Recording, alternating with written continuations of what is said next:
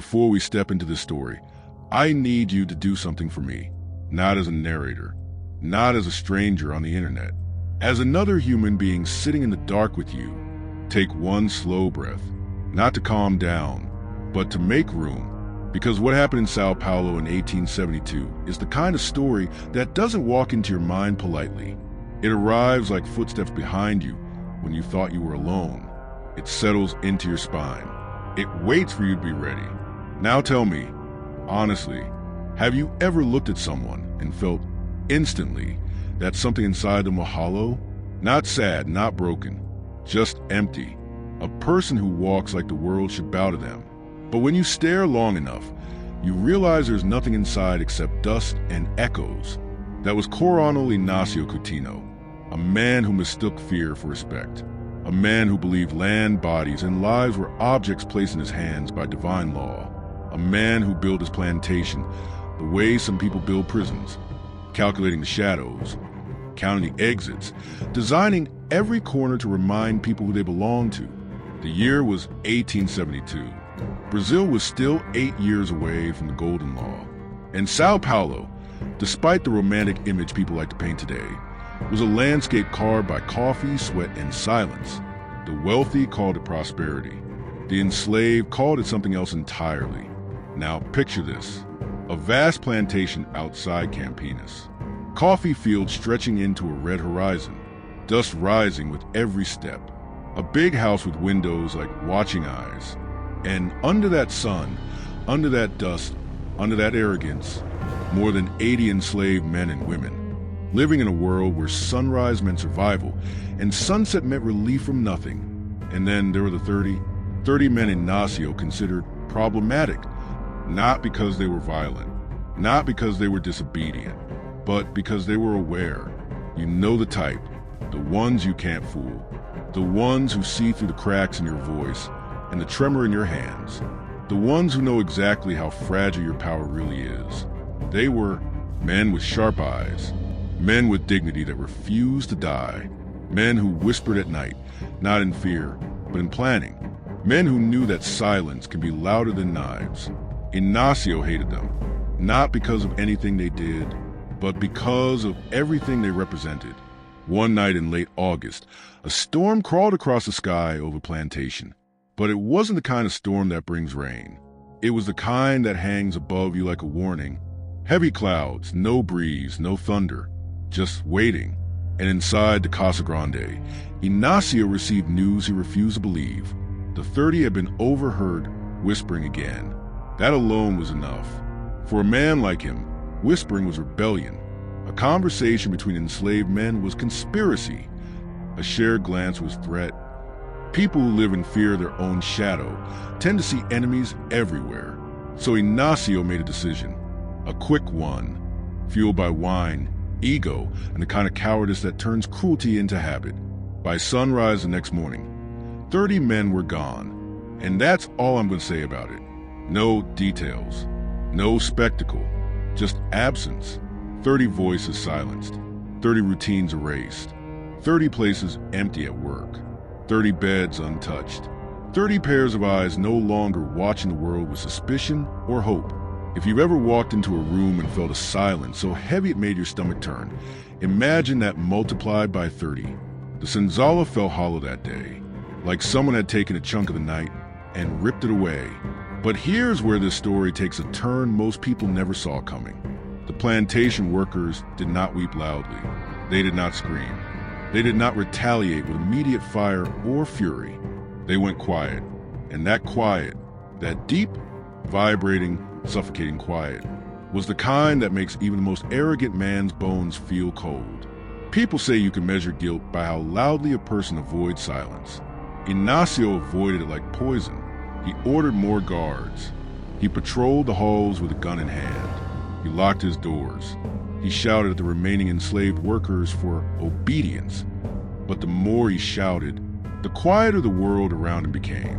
Birds disappeared from the trees. Dogs wouldn't go near the house. Snakes slithered out of the barn and never came back. Even the wind refused to climb the hill where the Casa Grande stood. Nature has a way of recognizing truth long before humans do.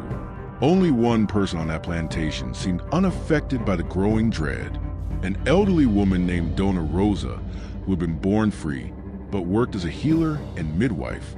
She was the only one who looked Inácio straight in the eye when the silence grew unbearable.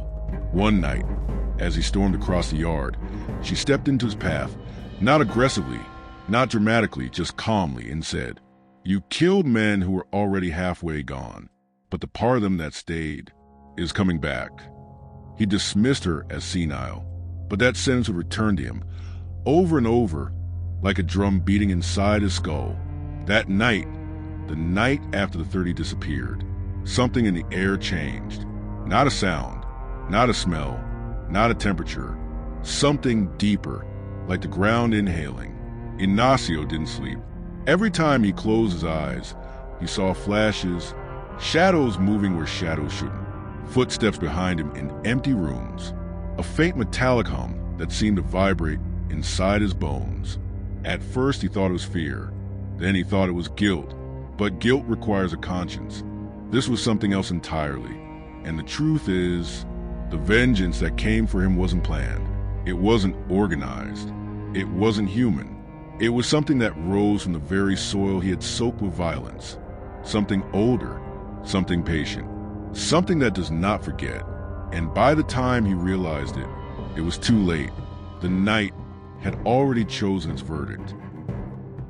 The night after the 30 vanished was a kind of night that changes a place forever, even if no one speaks about it. It wasn't stormy. It wasn't loud. There was no wind, no thunder, no sign from the sky that justice was stirring. Instead, the world grew still. Still in a way that makes your ears ring. Still in a way that feels unnatural, like the land is holding its breath. Still in a way that every instinct you have tells you, something is standing behind you. Do not turn around. Inácio felt it first. He was a man who rarely walked anywhere. He stomped. Everything about him was noise and presence and weight. And yet, that night, even his own footsteps felt muted, as if the earth refused to carry the sound. He tried to sleep, but sleep would not come close to him. The house creaked in unfamiliar patterns. The floorboards trembled without wind. His own heartbeat felt too loud inside his chest. And then the dreams began. Not nightmares. Nightmares have shapes. Nightmares follow rules. Nightmares come and go like storms. These dreams were different. They were like doorways opening inside his skull, one after another, each revealing something darker than the last. He dreamed of footsteps behind him, slow and synchronized. He dreamed of breathing, 30 breaths layered into one low, vibrating sound that felt like it came from the soil under his bed. He dreamed of shadows lining up in the doorway, standing still, waiting. And the worst part? He woke up knowing these weren't dreams. They were memories of moments that hadn't happened yet. People who do great harm often meet the future long before the rest of us do. When Inácio stepped out of his room, his lantern flickered as if caught in a wind that didn't exist. He shouted for guards. No one answered. He called again, voice cracking in a way he hadn't heard since childhood. Silence. Not the peaceful kind, the watching kind. He made his way to the yard, lantern trembling in his hand. There at the edge of the coffee fields, he saw something that turned his stomach inside out. 30 shadows. Not bodies, not figures, not ghosts shaped like men. Just shadows. Long, thin, impossible shadows cast by no one. They stretched across the ground like roots reaching toward him. He blinked. They disappeared. He took a single breath of relief, only to hear something new. A soft, rhythmic tapping, like bare feet walking slowly across dry earth. Tap, tap, tap. He turned. Nothing. He walked faster. The sound followed. Tap, tap, tap. He broke into a run. The sound grew louder. Tap, tap, tap, tap. It never matched his pace. It matched his fear. By the time he reached the Casa Grande again, he was drenched in cold sweat. He slammed the door shut, bolted it, leaned against it like a man afraid of the dark for the first time in his life. And that was the moment he realized. The silence wasn't outside. The silence was around him. It followed him like a shadow with no owner. Inside the kitchen, Dona Rosa sat peeling cassava. Inácio burst in, panting, eyes wide, lantern shaking. She didn't stop peeling, didn't even look up. "What did you see?" she asked calmly. He opened his mouth, but his throat tightened. His voice cracked. "Shadows," he finally whispered. "Shadows that don't belong to anyone." Dona Rosa nodded, as if he confirmed something she already knew. "Shadows belong to stories," she said, "and stories belong to truth. Once truth wakes up, shadows follow." He slammed his fist on the table and demanded answers, demanded explanations, demanded obedience. But Rosa simply cut one more slice of cassava and said, "The earth remembers what you try to bury." Those words stuck to him like burrs on clothing. He left the kitchen shaking, muttering to himself. Inácio Coutinho, man of power, man of land, man of command, was starting to unravel. But the unraveling had only begun. The next day, the enslaved workers noticed something strange in fields. Nighttime footprints, bare, deep, clear, tracked to the coffee rows. Footprints that didn't match any remaining worker. Footprints that traveled in perfect lines, as if 30 men had walked in silence under the moon. The guards insisted it was a prank. Maybe animals, maybe erosion, maybe anything except the truth that made the hair stand on their necks. But the workers knew. They didn't speak a word, but they knew. And from that moment, the plantation no longer felt like a place where life happened. It felt like a place where something ancient had been stirred. That evening, Inácio refused to dine alone. He forced his wife and 2 distant cousins to sit with him in the great hall. The candlelight flickered strangely, casting tall, trembling shadows on the walls. He ate nothing. He stared at the door the entire meal, as if expecting someone or something to appear. The cousins whispered that he was losing his mind. His wife clutched her rosary tighter with each passing minute. But the truth was simpler. A man who destroys 30 souls cannot expect his own to stay intact. Later that night, as Inácio walked down the hallway, he heard voices, not whispers, voices, layered, low, rhythmic, like a chant without words, rising from the floorboards beneath his feet. He froze. The sound grew louder. 30 voices, breathing in unison. He dropped his lantern. It shattered. The hallway went dark. Inácio stumbled backward, chest heaving, hands shaking so badly he nearly fell. He banged on his bedroom door, desperate, pleading. When his wife opened it, she found a version of him she had never seen. A man whose arrogance had rotted into terror. He didn't speak for the rest of the night. He just sat in a corner, rocking slightly, knees pulled to his chest like a frightened child. He didn't sleep, because every time he closed his eyes, he heard it again, that tapping, those steps, those shadows stretching toward him like arms. And in the Senzala, far from Casa Grande, the workers watched the hill with solemn eyes. They didn't celebrate. They didn't cheer. They didn't whisper hope. They simply watched, because they knew that when justice walks on its own feet, you do not interfere. You let the night choose. And the night had already begun to choose. By the third night, the plantation no longer felt like a living place. It felt like a memory repeating itself. The workers sensed it first. Every time they stepped outside after sunset, the air felt thicker, like walking through water instead of wind. Lanterns refused to stay lit for long. Chickens clustered in one corner of the yard and refused to move. Cattle stared fixedly at the Casa Grande, as though watching something humans couldn't see. Even the insects were silent. Silence is rarely empty. Sometimes it is full, overflowing, waiting for someone brave or foolish enough to hear what lies beneath it. Inside the main house, Inácio was deteriorating. He paced the halls until dawn, muttering to himself, convinced someone was following him. Every few minutes, he would whip around suddenly, as if catching a figure moving just out of sight. But no matter how fast he turned, nothing was there, or rather, nothing he could name. He stopped sleeping entirely. He stopped eating. His hands trembled so violently he could no longer hold a lantern without dropping it. He ordered guards patrol the halls in shifts. He demanded they stand outside his bedroom door. He forced the cook to stay awake and boil coffee through the night, just so the smell would distract him. But none of it mattered, because the one thing he feared most wasn't outside. It was inside his walls, inside his mind, inside the soil beneath the house he built. Fear has a way of finding cracks, and Inácio had many in the senzala.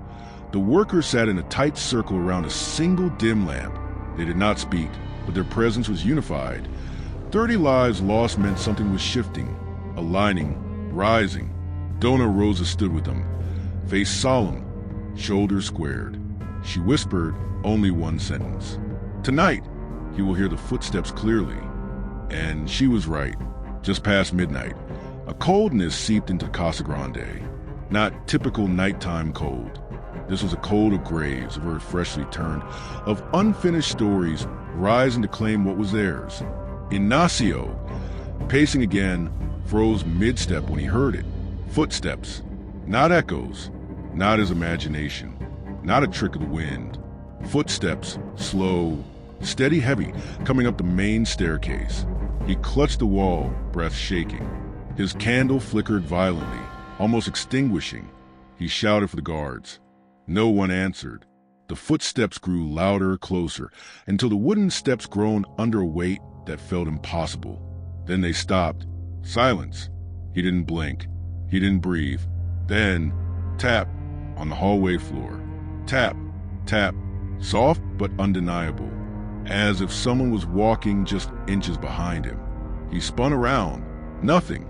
He staggered backward, stumbling into his bedroom. He slammed the door shut and locked it, chest heaving, eyes wild. But the footsteps didn't stop. They continued down the hallway, slowly, deliberately, passing his door, circling the house.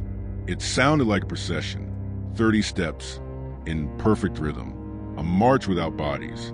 Inácio covered his ears, but the sound wasn't in his ears. It was in his bones.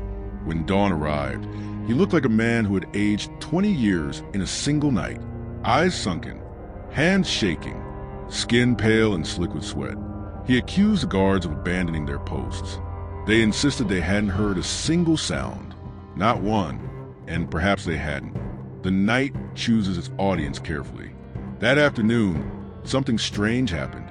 3 workers found the colonel standing alone in the middle of the coffee field, staring at the ground as if expecting it to speak. He didn't acknowledge them. He didn't blink. He didn't move. He was listening. To what? Only he knew. And whatever he heard, it terrified him. He whispered something under his breath. So, quietly, no one could fully understand it. 30, they're not gone. Then he collapsed to his knees. That night, the footsteps returned. This time louder. This time closer. This time more confident. Inácio fled to the upper floor, running from room to room with a candle that fought desperately to stay alive. He could hear doors opening behind him, not violently, but slowly, like someone entering a room they used to sleep in. He heard wooden chairs creaking. He heard drawers sliding open. He heard the soft whistle of breath behind him. He barricaded himself in his office, pushing chairs and trunks against the door. He whispered prayers he hadn't spoken since childhood. He begged for mercy from a God he had ignored for decades. But the footsteps continued outside his door, pacing back and forth, back and forth, back and forth, until suddenly they stopped. Silence swallowed the household. Then came something he had not expected. A voice, not one voice, many, layered, soft, in unison, saying nothing he could understand, yet something he felt inside his ribs. A vibration, a hum, a verdict. He covered his ears, but it seeped into him, through the floor, through the air, through the walls. Panic devoured him. He grabbed a lamp, broke the window, and climbed out onto the balcony, desperate to escape the house entirely. But the yard was worse. The air outside was thick, almost visible. The coffee field seemed to shift, as if something was moving beneath the soil. The trees bent in a direction with no wind, and the shadows were wrong. They weren't aligned with the moonlight. They weren't shaped like trees. They weren't shaped like people. They were shaped like memories. 30 memories. all standing in a row. Inácio stumbled backward, tripping over the balcony railing. He crashed into the yard below, hitting the dirt hard, but somehow he managed to stand. He staggered away from the house, into the fields. His breath quickened, his vision blurred, his pulse pounded desperately. Behind him, the shadows followed. Slow, rhythmic, in perfect formation. A procession, a burial, a return. The earth beneath his feet shifted, softening, as though the soil recognized him, as though it welcomed him, as though it had been waiting. Dona Rosa, watching from the senzala doorway, whispered.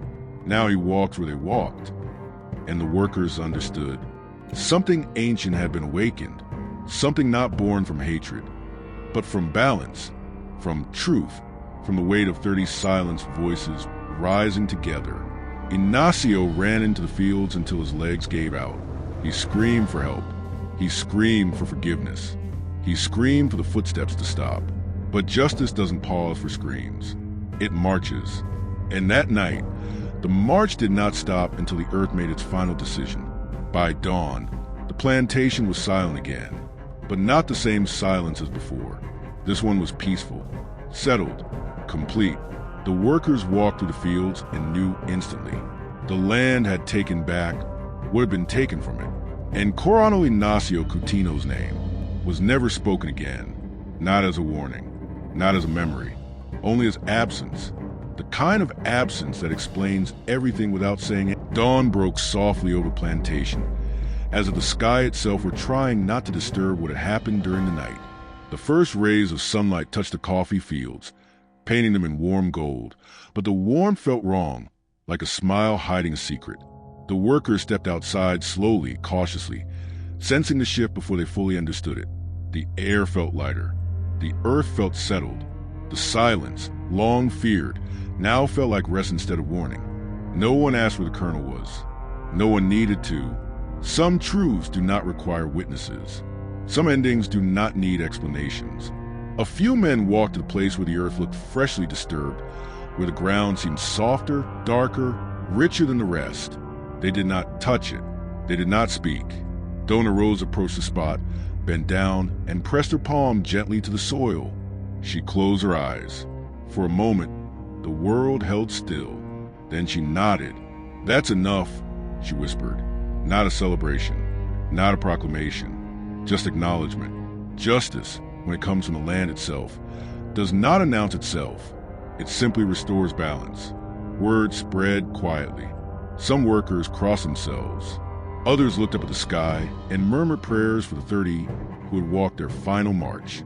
Women in the senzala lit small candles and placed them on the ground, not in mourning, but in remembrance. Inácio's wife left the plantation before noon, escorted by 2 cousins. She did not cry. She did not scream. Some wounds go so deep that grief cannot find its way out. The authorities arrived days later. They inspected the grounds, interviewed the guards, questioned the workers. Their reports never found culprit. Not a trace of struggle. Not a witness willing to say more than a few vague sentences. One inspector concluded, after much hesitation, that the colonel might have wandered off in a state of mental distress. Another wrote that superstitions among the enslaved have influenced their accounts. A third quietly told a colleague that the land felt wrong, as if something unseen was watching him. But none of them stayed long enough to understand the truth. Some places do not welcome outsiders. Some stories refuse to be dissected. Some endings belong to night. Over the next months, the plantation shifted. The fields grew strangely lush, as if nourished by something ancient and sacred. The remaining workers purchased their freedom or escaped under cover of darkness, carrying whispers of the story with them. By the time abolition arrived in 1888, the land where Coronel Inácio Coutinho had ruled with iron and fear was abandoned, overgrown, reclaimed, forgotten by the owners but never forgotten by the earth. Travelers who passed by the region told strange tales. They swore that if you walked near the old plantation after sundown, you could hear distant footsteps, slow, deliberate, marching in perfect unison, not threatening, not frightening, just present, a reminder. Eventually, people avoided the place entirely. Superstition grew. stories evolved. Children were warned not to approach. Adults refused to enter after dark. But elders, those who lived long enough to understand the language of the land, would sometimes pause by the edge of the abandoned fields, look toward the horizon and whisper, balance returns to where harm once lived. And now, you know something few people do. You know why the plantation disappeared from maps. You know why villagers speak of it with lowered voices. You know what silence can hold when it finally decides to speak. Because this story is not just about a colonel, or 30 men, or a night when something walked that shouldn't have. It is about the truth buried under centuries of pain. The truth that rises when the world tries to hide it. The truth that comes back in footsteps, in shadows, in the shifting of the earth itself. And if you listen closely, really listen, you can still hear those steps. Not behind you, not around you, beneath you, where the past waits for the moment it is finally acknowledged. And the final truth of this story, the one that survived gossip, panic, silence, and time, is this. Some men spend their lives believing they own the land, until the land